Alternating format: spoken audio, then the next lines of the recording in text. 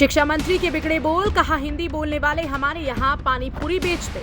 नमस्कार, मैं हूँ रश्मि पांडे और आप देख रहे हैं हापुड़ हलचल। अगर आपने अभी तक ये चैनल सब्सक्राइब नहीं किया है तो प्लीज तुरंत कर लीजिए और बेल आइकन प्रेस करना ना भूलें। तमिलनाडु के उच्च शिक्षा मंत्री पोनमुडी ने हिंदी भाषा को लेकर विवादित बयान दिया। उन्होंने कहा कि एक भाषा के रूप में हिंदी की तुलना में अंग्रेजी अधिक मूल्यवान है। दावा किया कि हिंदी बोलने वाले तो पानी पूरी बेच रहे हैं। हिंदी भाषा को लेकर देश में छिड़े संग्राम में तमिलनाडु के उच्च शिक्षा मंत्री पोनमुडी भी कूद गए।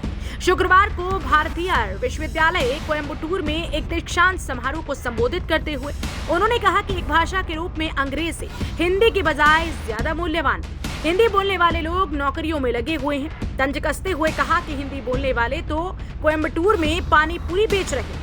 पोनमुडी ने राष्ट्रीय शिक्षा नीति 2020 के लाभकारी पहलुओं को लागू करने का वादा किया, लेकिन दावा किया है कि राज्य सरकार केवल दो भाषा प्रणाली को लागू करने के लिए दृढ़ है। दीक्षांत समारोह में तमिलनाडु के राज्यपाल आर.एन. रवि के साथ मंच साझा करते हुए उन्होंने सवाल किया कि हिंदी क्यों सीखनी चाहिए, जबकि अंग्रेजी एक अंतर्राष्ट्रीय भाषा पहले से ही सिखाई जा रही है। पोनमुडी ने दावा किया है कि तमिलनाडु भारत में शिक्षा प्रणाली में सबसे आगे और कहा कि तमिल छात्र किसी भी भाषा को सीखने के लिए तैयार थे।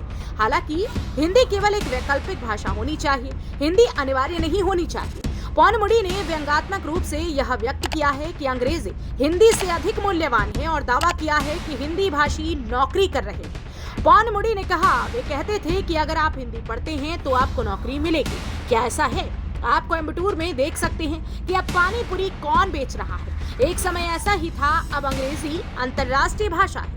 बहरहाल इस पूरी खबर को लेकर आपका क्या कुछ कहना है? आप अपनी प्रतिक्रिया हमें कमेंट बॉक्स में दे सकते हैं और इसी तरह से अपडेट रखने के लिए हर खबर से खुद को तुरंत सब्सक्राइब करिए और बने रहिए हमारे साथ। देखते रहिए हापुड़ हलचल।